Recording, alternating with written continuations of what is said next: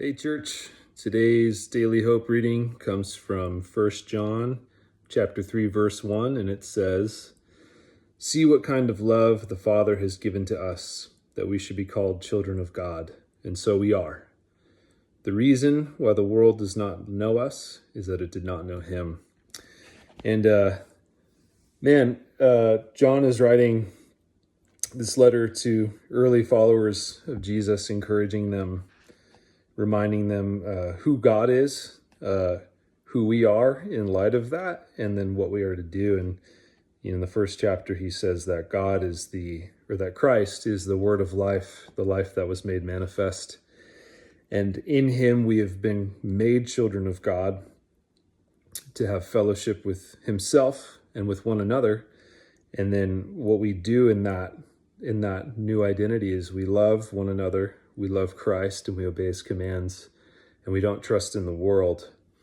And so he's encouraging these early believers not to trust in the world, not to trust in these antichrists, he calls them, who have come to persuade them away from Christ. And I just think that's so encouraging and telling for us, because there's always constantly different voices, different powers, different colors, different things that are calling for our allegiance and our trust. But I like what John says at the top of our verse, 1 John chapter 3, verse 1. He says, "See what kind of love the Father has given to us, that we should be called children of God, and so we are." And I just think like the test for these voices that are calling for our allegiance is to ask ourselves, has this thing lavished its love for me? Because ultimately we can trust God because he has made us his children. And what Paul says, that while we were still sinners, he died for us and loved us, so that we could become his children, so that we could learn to trust him and walk in his ways. And so I think it's constantly a question of what will we trust, like in the Garden of Eden. Will we take from the knowledge of good and evil and trust in ourselves, or will we trust in God's wisdom that he's going to give us?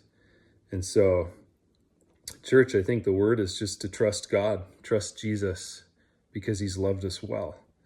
And these other things that want our allegiance, that want our trust, they haven't loved us well.